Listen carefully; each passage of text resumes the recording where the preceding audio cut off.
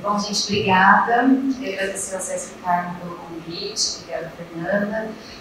Sou a Vitória, já fui apresentada, muito bem apresentada, muito obrigada. Vou conduzir e mediar o bate-papo de hoje.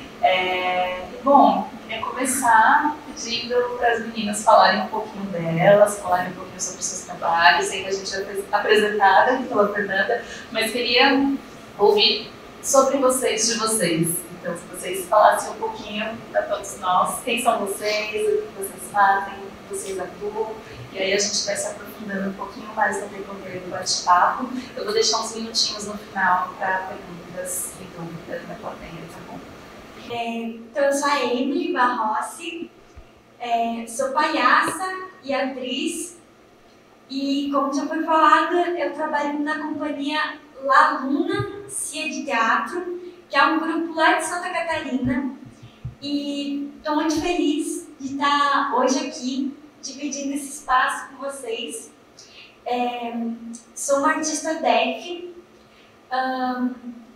me considero recentemente uma artista deaf, estou me descobrindo nesse lugar e descobrindo a potência do meu corpo e olhando ele de uma outra forma agora, depois que eu comecei a entrar mais em contato com a comunidade deaf. Então, gosto muito de estar nessas rodas de conversa, porque é muito importante para mim também dividir esse lugar, um lugar que está cada vez mais brotando e aflorando dentro de mim, assim. E o espetáculo que a gente vai apresentar hoje, que é o Circo de los Pies, é um espetáculo onde eu trago as minhas duas pernas, meus dois pés também, que são diferentes, e eles são a potência desse espetáculo. E eu divido essa história que habita meu corpo com o público. E nesse espetáculo eu tive a oportunidade de ter esse encontro com a Suzy, também que está hoje aqui do meu lado, e descobri muitas coisas sobre acessibilidade, sobre meu corpo, sobre meu lugar de humana nesse mundo, assim.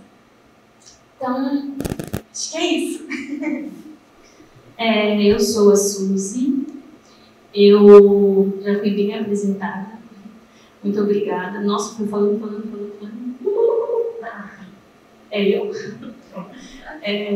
Então, eu estou muito feliz de estar aqui também. Eu sou uma artista, intérprete de Libras e pesquisadora, então gosto de estar nesses movimentos onde a gente consegue discutir e, ao mesmo tempo, me sinto me alimentando na minha pesquisa também. Eu não sei o que veio primeiro necessariamente. Eu acho que eu primeiro fui intérprete de Libras, depois eu entrei no teatro, daí depois eu fiquei trabalhando como intérprete e depois eu juntei as duas coisas. E aí, agora elas são inseparáveis. Então, eu trabalho na linha de acessibilidade de teatro, de uma forma bem paralela, as duas coisas, e elas são casadas, não são nem mais namoradas, elas já se casaram. Boa tarde a todos. Estou muito feliz de estar aqui com vocês também, com essa potência de pessoas deficientes aqui. Fico muito feliz por participar e emocionada também. Esse é meu sinal na comunidade surda. Também sou artista, trabalho na área de poesia também. E como explicar para vocês esse meio artístico e como que eu entrei? Mas no início eu comecei a estudar engenharia e no meio do caminho eu fui me descobrindo e percebi que eu me identificava mais com o meio artístico. E então isso era um sonho já, só que esse meio artístico eu comecei no grupo de danças e também eu fui percebendo a minha identidade, eu fui conseguindo me desenvolver também, mas eu percebi que no meio onde eu estava começando a iniciar, eu também eu tinha percebido que eu não tinha acessibilidade. E isso foi dificultando para mim. Nisso, eu ainda estava estudando engenharia, só que eu comecei a participar mais nesse meio artístico. Nesse meio tempo, eu me mudei para São Paulo e fui no MASP. Eu fui no Museu MAN, perdoa. E foi ali que eu vi, onde eu comecei a ter os primeiros contatos com a poesia. E ali onde eu comecei a olhar a performance, que era muito forte, era uma performance de resistência mesmo. E ali onde eu comecei a ter mais contatos, e dali em diante foi onde eu comecei mesmo a me descobrir, ver a minha identidade, me reconhecer. Depois disso, eu comecei a participar mais de slams, comecei a participar de desafios. Alguém aqui participa de slam?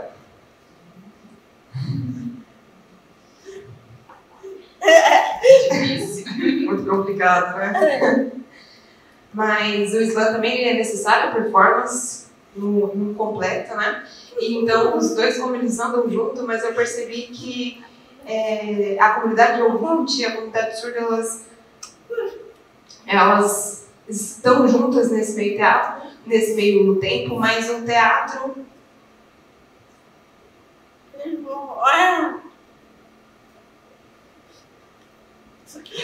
é complicada a palavra para desfrutar.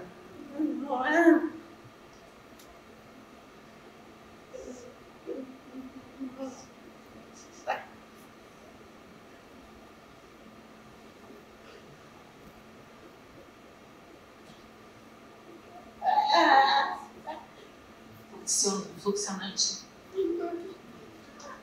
Eu comecei a participar desse coletivo em Curitiba e ali foi onde eu participei de um teste e até hoje eu fui aprovada e até hoje eu continuo participando desse meio. E ali é onde no teatro O Pequeno Príncipe foi a minha primeira experiência, depois língua de revistas. Aí, daí em diante, foi onde eu tive muitas experiências. Número de Anéis também foi onde que eu participei. Luiz. Foi onde eu fui me desenvolvendo e também criando resistência. É muito importante o papel do surdo nesse meio artístico. Então, eu fico muito feliz de estar nesse meio até hoje.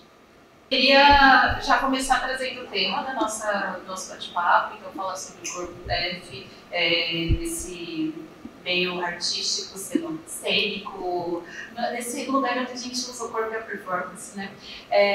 Então, eu queria perguntar para Evelyn e para a Kátia, primeiro, depois não estou excluindo, Suzy, daqui a pouco eu faço a pergunta aí, mas perguntar para Evelyn e para a Kátia como que foi o desenvolvimento dos processos artísticos de vocês, né? Principalmente para a Evelyn, que a gente vai ter a peça daqui a pouco, né, o Círculo dos Gays, e também para a Kátia, direcionado para a participação dela nos slams, nas poesias, como que foi essa questão da ocupação desse corpo. E também estou falando de slam poesia, levando em consideração essa questão de que o slam a gente também usa performance, então o slam também é um espaço cênico, né? Então, indo para esse caminho, eu queria saber um pouco de vocês, como foi o desenvolvimento desses processos. Eu comecei a fazer teatro quando eu tinha 9 anos de idade. E o teatro foi um lugar que eu encontrei um lugar de pertencimento. Porque ali, quando eu fiz muitas cirurgias, na minha infância e adolescência. Então eu passava longos períodos da minha vida sem caminhar. E eu sempre gostei muito de coisas artísticas. E no período que eu não podia caminhar, não conseguia mais fazer, por exemplo, aula de dança, era uma coisa que ficava excluída para mim. E aí, quando eu aprendi a caminhar de novo, A dança já era um lugar muito difícil porque meu corpo não acompanhava, mas o corpo das outras pessoas que estavam ali. E o teatro não. No teatro, o meu corpo sempre era um corpo possível. E a minha turma de teatro me abraçava da maneira como eu era. E eu descobri o meu lugar de sujeito no mundo através do teatro. E aí, quando eu fui descobrir o que eu queria ser, eu sabia que era dentro desse lugar, dentro do lugar do teatro. Mas eu nunca pensei em usar o meu corpo como trazer a questão da minha deficiência como pauta de um espetáculo.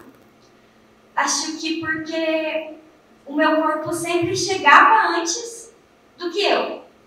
Então, eu não precisava mostrar minhas pernas. As pessoas que nem me conheciam me paravam na rua e pediam o que eu tinha na perna. E não num lugar que eu me sentia potente, mas num lugar como se aquilo fosse me diminuísse, sabe? Me colocasse num lugar de parabéns, tadinha, num lugar muito sacralizado e num lugar que eu não me identificava como meu. Então, nunca quis colocar meu corpo, trazer essa questão do meu corpo para a cena. Porque eu achava que isso era uma coisa minha, só minha. E aí, em 2019,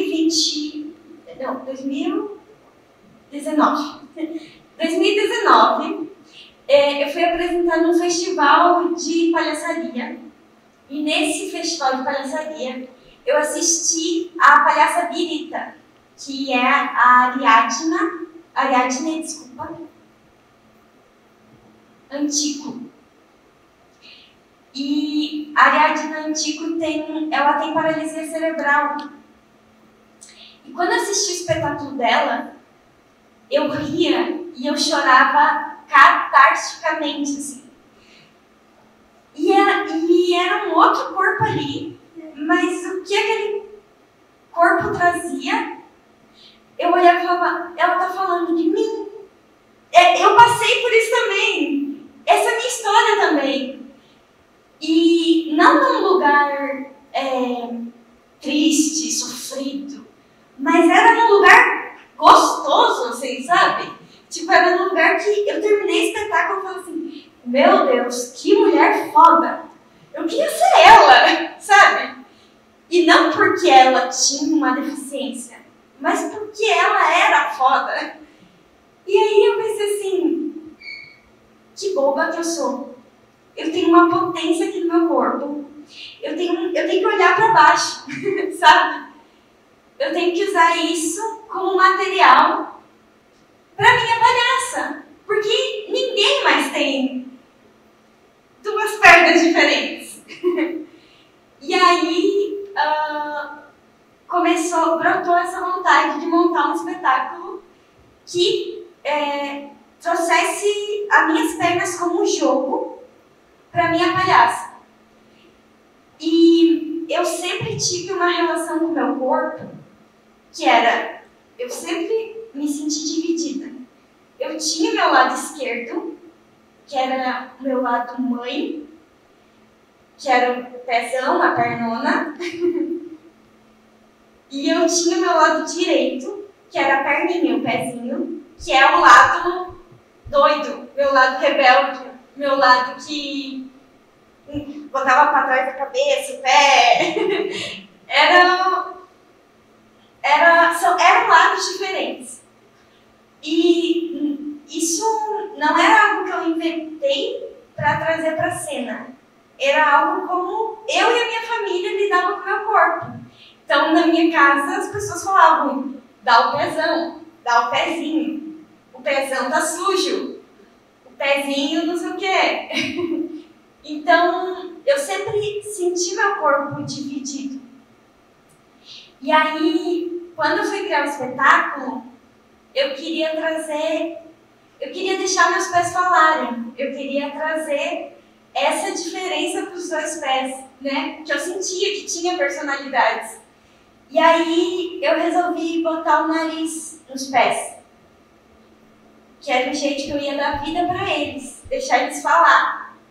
E nessa época eu estava estudando teatro de máscara e teatro de animação, então eu fui descobrindo como dar vida para essas partes do corpo. E foi muito legal, porque eu tenho uma mobilidade diferente em cada perna.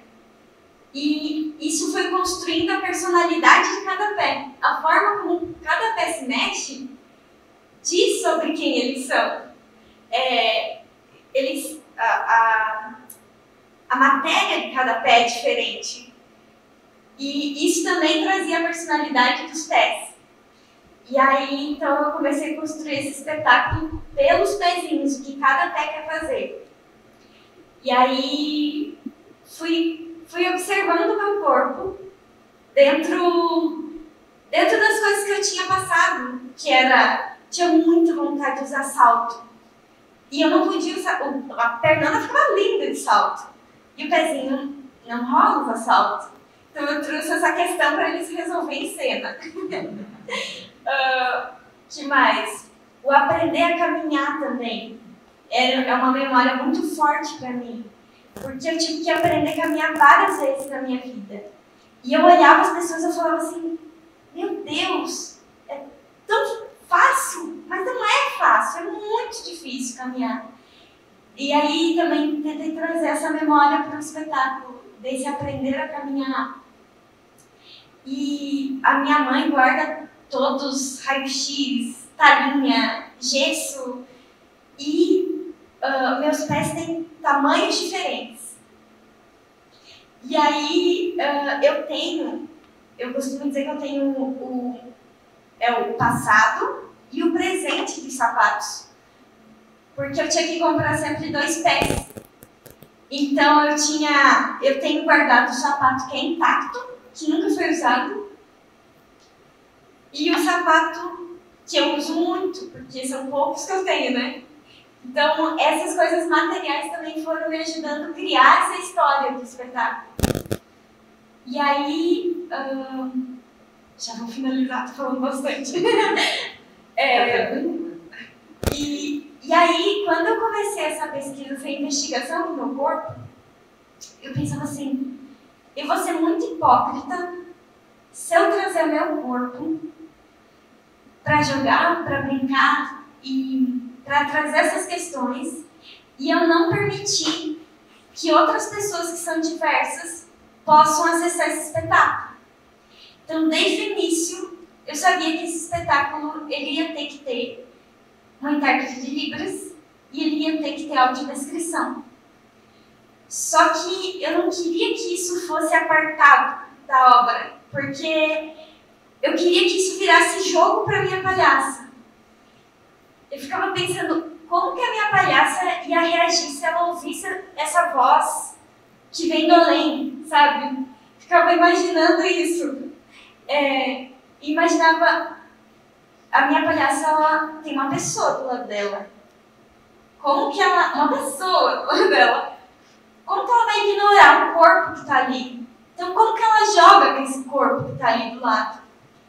E aí, nesse processo, entram a Suzy, que a gente já se conhecia antes, a gente já foi dupla de palhaço, inclusive.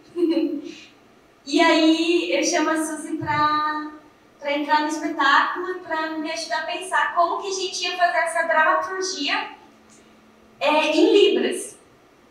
E chamei também o grupo Acorda em Si, que são 2 músicos que têm deficiência visual lá de Florianópolis. E eles foram me ajudando a pensar essa audiodescrição. Então eu ia escrevendo essa voz, conversando com a palhaça, e depois eu levava a cena para eles. E eles iam dizendo, tira isso. Isso não precisa, isso já entendi. Isso você não precisa contar. E isso a trilha sonora vai contar. Então a gente foi construindo esse processo e no meio disso eu fui aprendendo muito, porque eu não tinha contato com outras pessoas com deficiência. Eu me sentia... Eu comecei a perceber que eu era uma pessoa muito sozinha nesse lugar, que eu não tinha referências e que quando eu encontrei a Dida naquele festival, bateu tão forte dentro de mim, porque eu não estava mais sozinha. E esse processo foi me mostrando o quão pequeno era o meu mundo, porque ir trazendo acessibilidade dentro do espetáculo foi fazendo que eu fosse conhecendo outros artistas deaf, foi fazendo que eu fosse entrando em contato com pessoas surdas. A Suzy estava dando aula na época para uma turma de alunos surdos. Então a gente apresentou espetáculo para eles também, para ter esse retorno. E isso foi me instigando e me dando vontade de conhecer mais esse lugar, sabe? E é isso, foi me... Ai, não sei, eu acho que quando a gente começa a conviver com pessoas, as coisas mudam. Porque a gente é humano e a gente consegue se comunicar. A gente começa a olhar aquilo como um mundo possível e eu comecei a não me sentir mais sozinha, sabe? Então... Ai, falei bastante. Mas acho que é meio isso. Como foi seu processo de construção dentro do Círculo dos Pés? Como foi essa participação, essa parceria? Como foi essa construção juntas? Eu acho que, primeiro, que havia o desejo que Libras estivesse dentro do espetáculo e não estivesse fora da cena, né? E acho que tem uma coisa que eu sou atriz e também sou intérprete, e eu sinto, dentro dos trabalhos onde eu vou interpretar, que há o lugar da intérprete, que é aquele. E eu acho que a gente começou o trabalho já pensando, tirando essa imagem, da onde tem que estar o intérprete. E aí, quando a gente começou o trabalho, a gente falou muito tempo, e a gente não conseguia chegar em nenhum lugar. E aí eu falei, chega, vamos ensaiar. E aí eu fiquei do lado da Emily, e aí nós começamos a construir o espetáculo. É um espetáculo bilíngue, então nós conversamos, onde eu interpreto a Asmeline, que é a palhaça, eu converso com a palhaça, e o processo foi feito cena a cena. Então, tinha uma cena, ensaiava como que a intérprete vai ser nessa cena, como que a gente vai dar acesso a partir dessa cena. Então, foi cena a cena. E a nossa proposta sempre foi entender que esse espetáculo tinha acessibilidade como um lugar estético. Não era uma acessibilidade apenas para passar uma informação.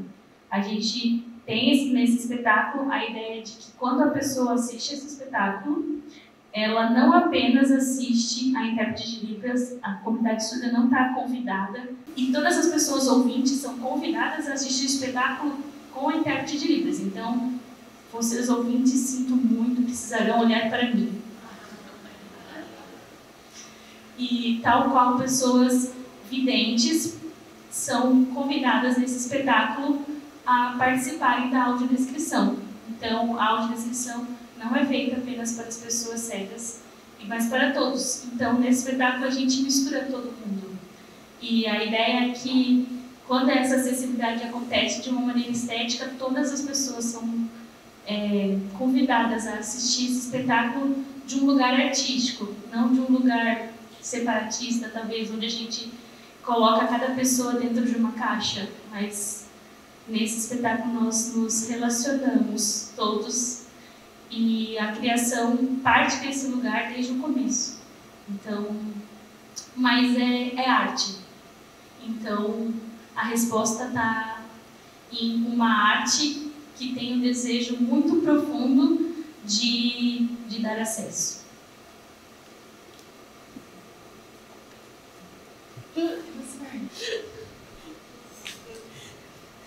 Então, impressionante e emocionante a história de vocês, viu? Também me faz lembrar que tive muitas barreiras também no início, desde criança, para ser sincera. A minha família é toda ouvinte, todos são ouvintes e eu sou a única surda. Então eu sempre tive essa dificuldade mais com a comunicação.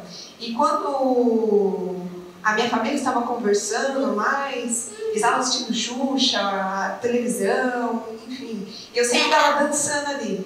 Então eu sempre gostei de samba, sempre gostei de dançar, sempre gostei mais dessa liberdade, né? Eu sempre gostei do ritmo, principalmente do corpo. Amo o movimento do corpo.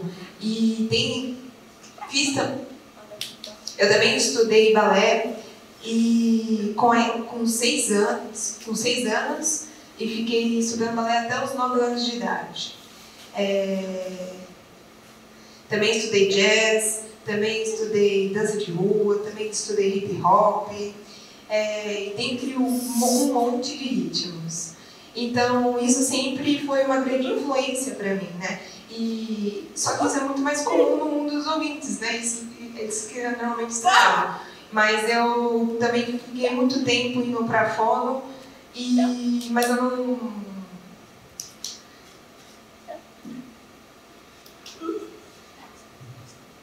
Eu estudei em escolas que tinham surdo, mas infelizmente não era possível a comunicação pela Libras.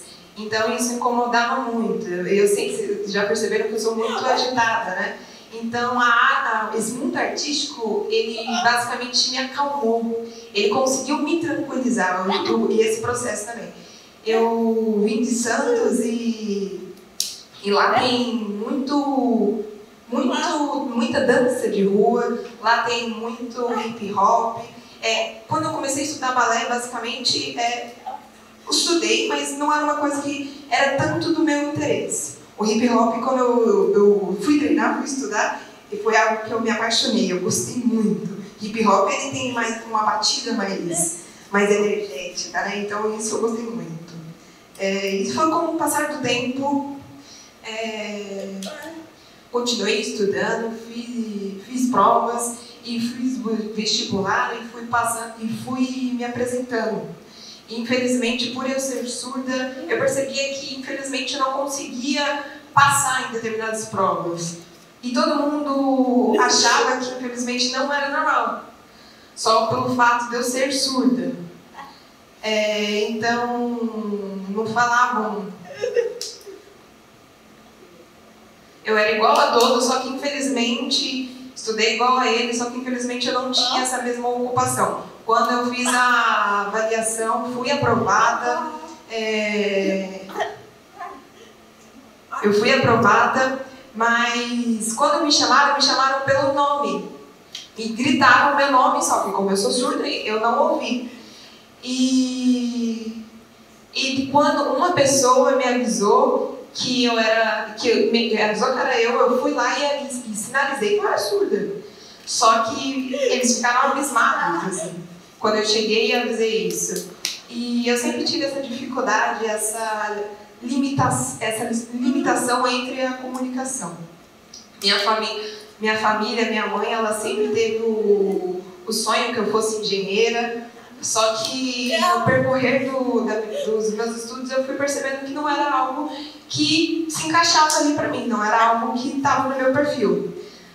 Tem muita oportunidade de trabalho, eu trabalhei inclusive, era um salário bom, trabalhava com muitos ouvintes, trabalhei 8 anos, trabalhei 10 anos nessa área. E quando eu me mudei para São Paulo, foi que as portas se abriram. Foi onde eu fui percebendo esse meio artístico e fui ficando cada vez mais admirada. Fui encontrando mais pessoas e fui percebendo que a acessibilidade, infelizmente, em 2013 aqui, fui percebendo que a acessibilidade não era algo tão assim. Quando eu conheci o Léo, que é um surdo também, uma referência, uma potência, e ele já trabalhava nesse mundo artístico, foi onde ele me chamou e a gente foi...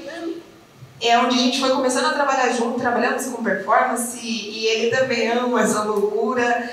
E ele incentivou muito também que eu trocasse de área, né, porque ele já tinha percebido que não era algo que eu gostava e sim um mundo artístico que tinha a ver comigo. Então, o meio de engenharia, ele pagava bem, então eu fiquei com esse medo mesmo, se iria dar certo. Então, eu comecei a participar de slam. Antes eu não tinha esse costume, mas eu comecei pela primeira vez a participar do slam e vi que tinha muitos ouvintes. E, assim, eram poesias muito fortes e no início eu até achava que não conseguiria. Tinha um intérprete de Libras, assim, que ele participava. A Vitória, por exemplo, ela participou muito e participa ainda. E eu percebia que eu precisava de referências surdas ali. Foi onde eu fui começando a estudar. E foi um exemplo, 300 ouvintes para eu única de surdo. Então foi um desafio e tanto para mim. Mas aí eu consegui e foi onde eu fui começando a ter mais visibilidade artística. Também foi onde eu fui começando a ser mais reconhecida. E de início eu fui a única mesmo surda que entrou nessa área. E foi com o slam que realmente salvou a parte financeira, que é onde começaram a me chamar, um exemplo foi o Sesc, Prefeitura, dentre outras empresas. E eu percebi que eu precisava continuar com essa resiliência.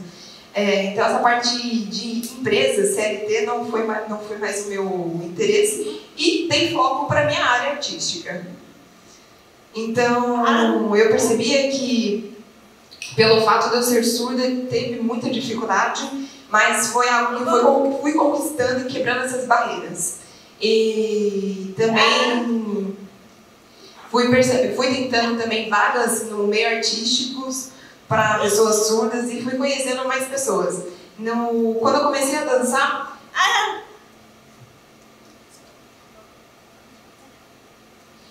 quando eu já era atriz, quando eu fui fazer uma prova para artistas, para atriz, em Curitiba, aí onde eu passei, mas não sabia que eu era surda e não aceitavam surdos nesse meio, mas aí eu já tinha passado na prova e foi um desafio, mas eu era a única surda. E eu fui a primeira surda dali. Então, foi um começo ali. Que aí eu comecei a ter mais visibilidade, comecei a lutar mais pela comunidade surda e comecei a ter mais experiências também nesses dois âmbitos.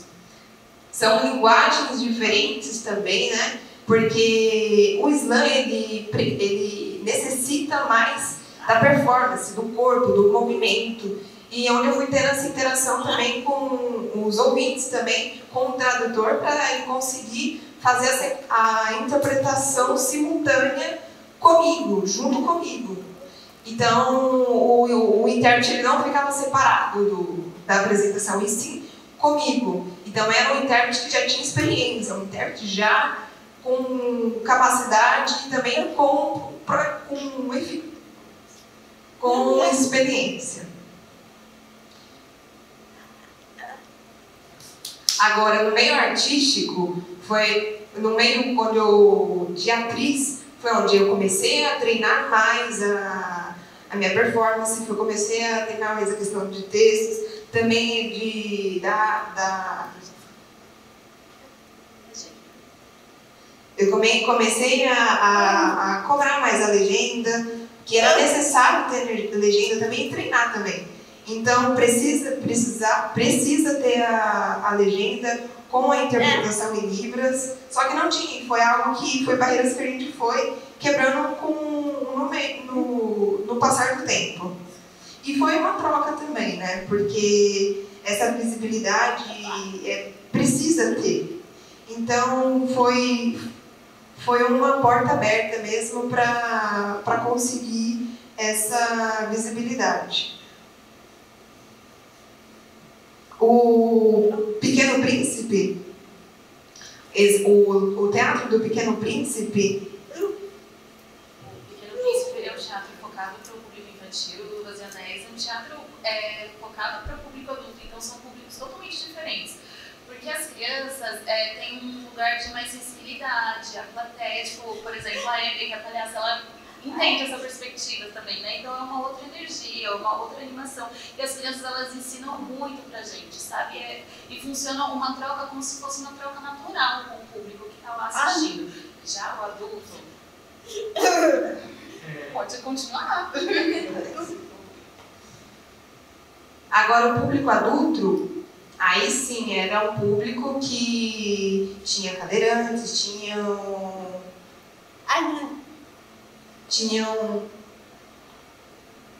Foi de autoria do público com deficiência. Então tinha também com paralisia cerebral, também tinha... A autora do Luvas e Anéis é uma pessoa com deficiência também. Ela é uma pessoa cadeirante. E ela construiu um roteiro do Luvas e Anéis junto com uma pessoa que tem paralisia cerebral. Então eles fizeram...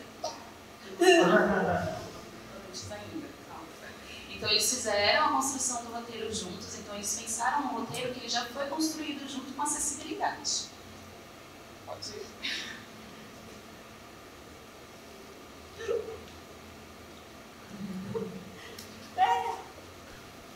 Então, você está indo rápido para falar. Porque eu penso que funciona muito rápido.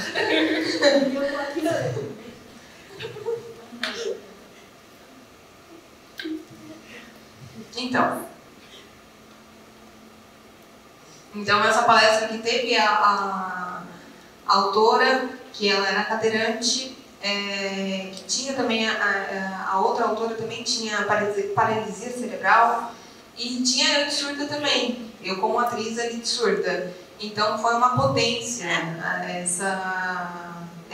esse teatro, mas não era aqui do Brasil, era Da Irlanda. Aconteceu... A autora irlandesa. A autora irlandesa escreveu, aí ela veio aqui pro Brasil e ela pediu para eu interpretar a personagem principal do Luvas e Anéis. E essa peça foi emocionante demais. Foram muitas histórias de teatro assim, para contar para vocês, muitas vivências. E eu amo esse meio artístico, eu amo demais. Não por ser, nossa, eu sou surda, estou aqui por ser diferente, mas sim por interagir e ser algo natural, sabe? Então, essa abertura que teve, não pelo fato de os surdos estarem de um lado, como comentaram, né, e os ouvintes de outros, mas sim uma interação. Então, esse meio artístico precisa de mais deficientes, precisa de mais protagonistas deficientes, porque ainda é limitado e precisa de resistência para continuarmos. A gente tem o Círculo dos Pés, que foi uma construção que a acessibilidade aconteceu juntas. Luvas e Anéis também é uma construção que a acessibilidade aconteceu junto com a peça, né? Também foi escrita por uma pessoa que tem deficiência. Então, eu queria entender, só de você, Suzy, como que é essa questão da acessibilidade no meio teatral? Como que funciona isso? E quais meios e quais caminhos estão abertos para implementação de acessibilidade dentro das peças? É bem recebido isso? Tem muitos grupos que fazem? Tem resistência ainda de muitos grupos para colocar acessibilidade nas suas peças? Tentando situar o que acontece no teatro, falando por Santa Catarina, a gente tem agora os editais, né, federais, os municipais, estaduais, que têm uma obrigatoriedade de colocar acessibilidade dentro dos seus espetáculos, o que faz com que todos os grupos, de alguma maneira, precisam olhar para esse lugar, precisam colocar de alguma maneira. Um recurso muito ínfimo, um recurso muito baixo, então, muitas vezes essa acessibilidade acontece de qualquer forma. Preciso colocar o intérprete de Libras, mas não tenho recurso. Aí faz um espetáculo. Vai fazer uma circulação com 10, tem Libras, que é o possível. A audiodescrição é uma realidade bem complexa, porque é um valor muito alto e que, dependendo do grupo, não tem essa possibilidade de colocar. Mas acho que isso tem aberto horizontes para pensar acessibilidade, pelo menos em Santa Catarina. Do meu trabalho, quem me chama para trabalhar com acessibilidade não mostra nenhum tipo de restrição, porque são pessoas que ou me conhecem pelo teatro, e aí alguns me chamam porque eu sou do teatro, no caso. Então, comigo não é um problema. Então, me chamam por isso. Eu presto assessoria para os grupos em acessibilidade, porque muitas vezes eu sou uma só, com Santa Catarina inteira para desenvolver acessibilidade, né? E aí, Suzy, vou apresentar aqui no oeste do estado. Não consigo ir no oeste e em todos os lugares. Então, eu presto assessoria para os grupos e tento encontrar essas intérpretes parceiras que podem estar dentro desses grupos. Eu estou tentando fazer esse mapeamento das intérpretes para que eu possa indicar, né? Eu sinto que os editais têm forçado isso de um jeito forçado, mas que ao mesmo tempo está acontecendo. Então, são forças opostas que agora estão fazendo acontecer. Mas quando indicam o meu trabalho, assim, a Suzy faz, sabe? Vai lá, a Suzy faz. Que não me conhecem e que não são do teatro, a conversa tem que ser muito rápida. Então, você vai vir, vai ser no dia tal, na hora tal. Você quer ler texto para ler antes? Às vezes nem pergunto, né? Você quer texto antes, algo assim? Então tá, combinado. Enfim, existem essas duas realidades. Eu acho que isso está mudando com o tempo, assim, aos poucos, por conta dos editais. Mas com os grupos que eu trabalho, assim, a ideia da acessibilidade ela ainda está muito conectada com a lei. Então, é como se a acessibilidade chama lei e não chama a pessoa, não chama... Isso tem a ver com seres humanos, tem a ver com regras. Eu acho que toda vez que me chamam assim, Suzy, eu preciso de um espetáculo com acessibilidade, eu falo, tá, vamos equalizar o nosso discurso primeiro. E aí tentar trazer esse lugar da humanidade mesmo, né? Você não está me colocando para fazer uma parede e o que eu estou fazendo não é só para cumprir o que você precisa dar check no seu projeto. Então, é um processo que eu acho que em Santa Catarina eu tenho visto bastante intérpretes interessadas em entrar no teatro. Então, tem bastante intérpretes que em Florianópolis tem muita gente interessada assim, e que estuda a parte de Libras enquanto performance também, né? Enquanto o meu trabalho de artista performático assim. Então, tem esse surgimento dos intérpretes e tem um desejo dos grupos de teatro. Eu acho que está todo mundo engatinhando, assim. Vem um pouquinho de cada lado, assim. Acho que os grupos estão meio que assim, vem intérprete, tentando pescar os intérpretes, e os intérpretes estão meio assim, nossa, isso é possível aqui? Eu não sabia. Mas tá, eu quero interpretar no teatro. Aí você conversa com os intérpretes e fala, meu sonho é trabalhar só com arte. Tem uns que falam assim, eu falo, eu estou aí, resistindo para ser, porque no teatro a gente tem o costume de montar espetáculo sem recurso, às vezes, né? Faz com a raça. Mas daí o intérprete fazendo a raça eu já não sei se dá. Porque aí você tem que aceitar um intérprete que entenda que ele vai ter que ensaiar 50 vezes sem cachê. Porque a gente ensaia 50 vezes sem cachê. E aí é uma realidade que eu acho que ela tem a questão do capital que está envolvida em todos os caminhos. Seja porque os grupos têm dificuldade de chamar por conta de recurso, os intérpretes estão muito dentro da educação muitas vezes, então acaba que você vai tirar o intérprete da sala de aula se você tentar na segunda-feira de manhã, e aí não tem intérprete na segunda de manhã, porque segunda de manhã está todos dentro da sala de aula. Então, tem uma escassez ainda, mas tem... Tá, sabe quando tem um imã assim que chama e ao mesmo tempo dá uma afastadinha? Parece que se aproxima e se afasta. Mas eu acho que é uma realidade que pelo menos em Santa Catarina, está engatinhando para esse encontro acontecer com mais força. Assim. Precisa de experiência na área. O intérprete precisa ter essa experiência na área, precisa pensar, não é igual a todos os lugares, é diferente.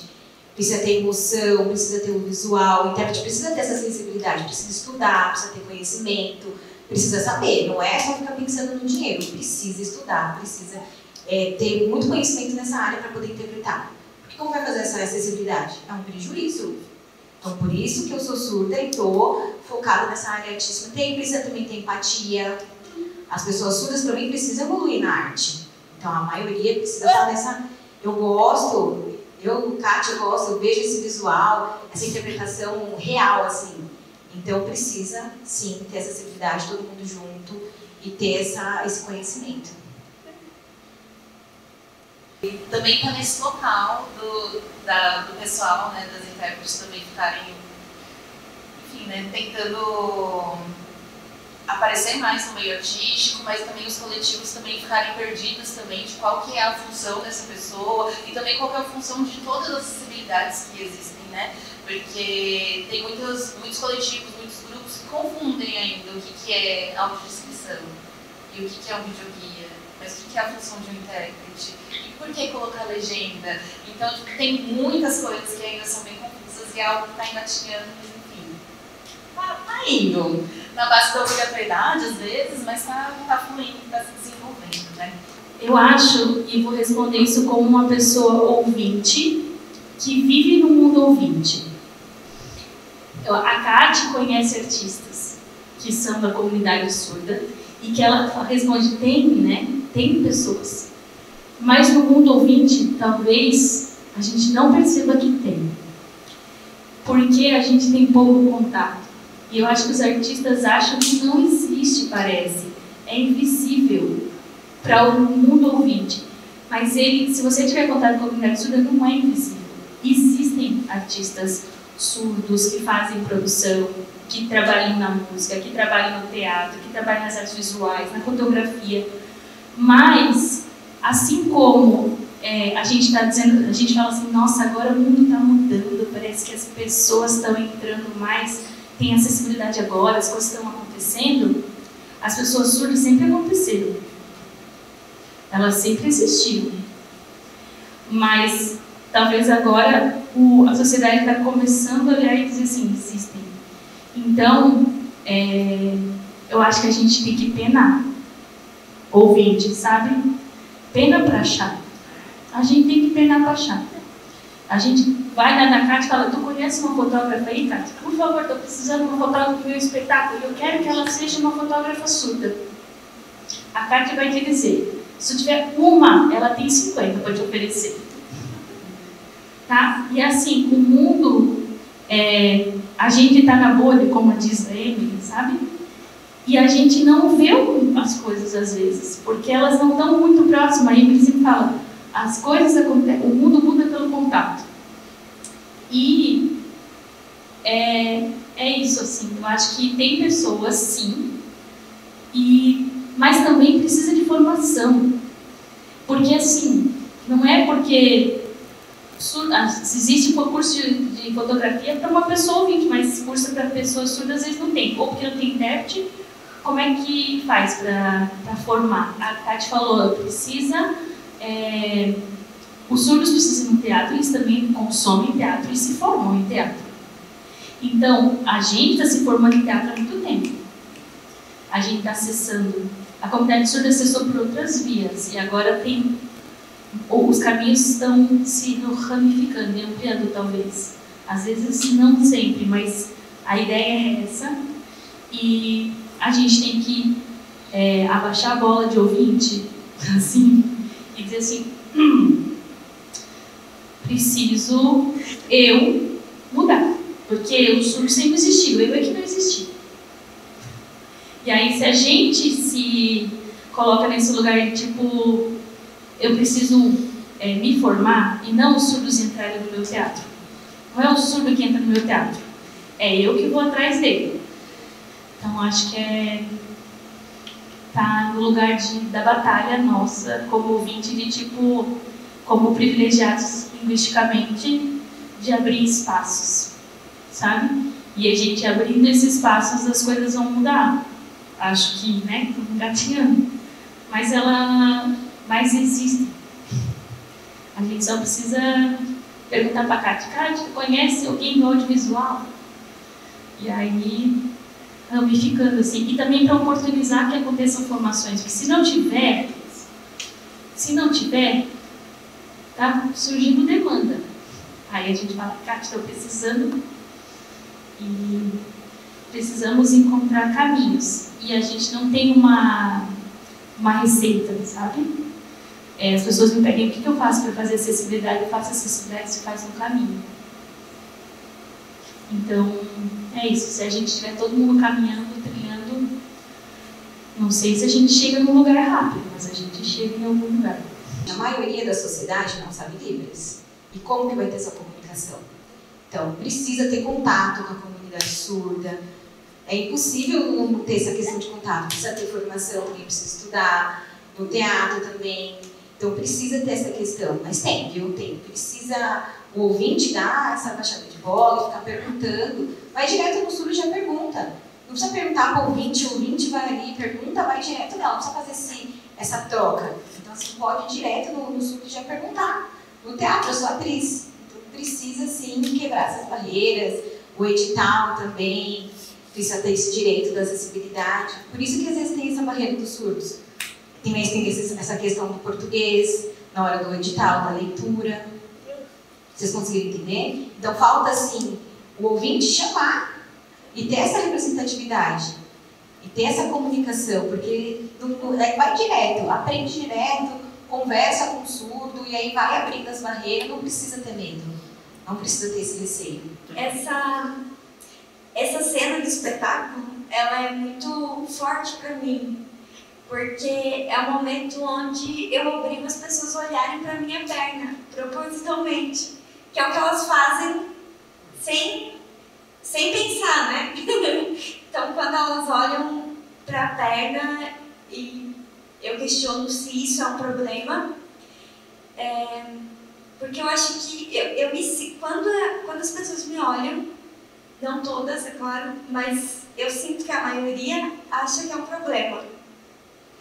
E o meu prazer com esse espetáculo é, no final, revelar para elas que isso não é um problema, que isso, na verdade, é o que faz o espetáculo ser o que ele é. O espetáculo só existe porque eu tenho duas pernas diferentes. Então, eu acho muito engraçado quando faz essa pergunta. Tem gente que responde que não, mas geralmente as crianças respondem que sim, que é um problema. E eu acho que isso é muito um reflexo da nossa sociedade, que por mais que a gente está caminhando, engatinhando, ainda é muito capacitista. E eu digo isso por viver nela, porque eu acho que eu demorei muito tempo para conseguir me entender como uma pessoa com deficiência e querer me identificar nesse lugar. Porque, pelo olhar das pessoas, para mim, uma pessoa com deficiência, ela sempre seria uma pessoa que iria depender das outras pessoas, ela sempre é a pessoa, ai, tadinha, ela é a pessoa que os outros falam por ela. Essa era a maneira como, no lugar que eu vivi, eu entendia o que era uma pessoa com deficiência. E eu falava, eu entendia que minhas pernas eram diferentes, mas eu pensava, eu não sou assim, eu não me enquadro dentro desse lugar. Então eu não sou uma pessoa com deficiência. E foi um processo para mim conseguir quebrar essa barreira, conseguir olhar para mim e ver que o pensamento que eu tinha era um pensamento capacitista e desconstruir esse pensamento todo dia é uma luta. Então eu sinto que no espetáculo, quando as pessoas não respondem, ou quando alguém tem coragem de dizer que sim, é um problema, é como se me desse um gostinho a mais para mim falar, guarda isso aí. Porque no final do espetáculo eu acho que você vai mudar de ideia. E eu acho isso lindo, porque as pessoas falam muito de falta pra gente, né?